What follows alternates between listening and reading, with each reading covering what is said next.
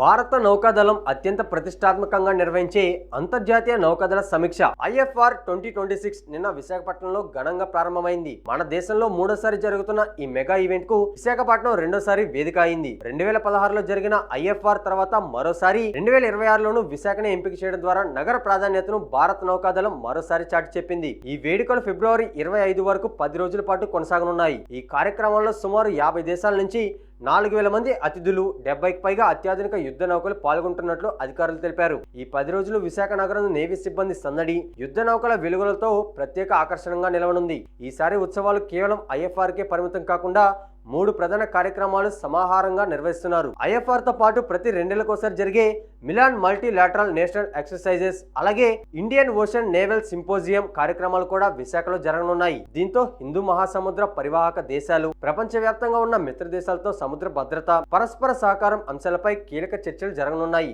నిన్న సాయంత్రం మిలాన్ పేరుతో ప్రత్యేక గ్రామాన్ని ప్రారంభించడం ద్వారా ఈ ఉత్సవాలకు అంకురార్పణ చేశారు. ఈ గ్రామంలో భారతదేశంలోని అన్ని రాష్ట్రాల సంస్కృతి సంప్రదాయాలను ప్రతిబింబించేలా స్టాల్స్ ఏర్పాటు చేయగా విదేశీ అతిథులకు ఇది మినీ ఇండియాగా కనిపిస్తుంది. ఇది కాగా ఫిబ్రవరి 18న రాష్ట్రపతి ద్రౌపది ముర్ము యుద్ధ నౌకలను సమీక్షించనున్నారు. ఫిబ్రవరి 19న ఆర్కే బీచ్ లో నిర్వహించే ఇంటర్నేషనల్ సిటీ పరేడ్ అత్యంత వైభవంగా జరగనుంది. ఈ పరేడ్ కు సీఎం నారా చంద్రబాబు నాయుడు హాజరు కానున్నారు. అలాగే ఫిబ్రవరి 21 నుంచి 25 వరకు సముద్రంలో జరగనున్న యుద్ధ విన్యాసాలు ప్రత్యేక ఆకర్షణగా నిలవనున్నాయి. గతంలో అండమాన్ కు పరిమితమైన మిలాన్ విన్యాసాలను ఈసారి మెరుగైన మౌలిక వసతుల దృష్ట్యా విశాఖకు మార్చడం పర్యాటక రంగానికి ఊతమిస్తుందని భావిస్తున్నారు. ఈ కార్యక్రమాల ద్వారా భారత నౌకాదళ శక్తి సామర్థ్యాలు ప్రపంచానికి చాటి చెప్పడమే కాకుండా వివిధ దేశాల యుద్ధ నౌకలు, జలాంతర్గాములను దగ్గర నుంచి చూసే అరుదైన అవకాశం ప్రజలకు లభించనుంది.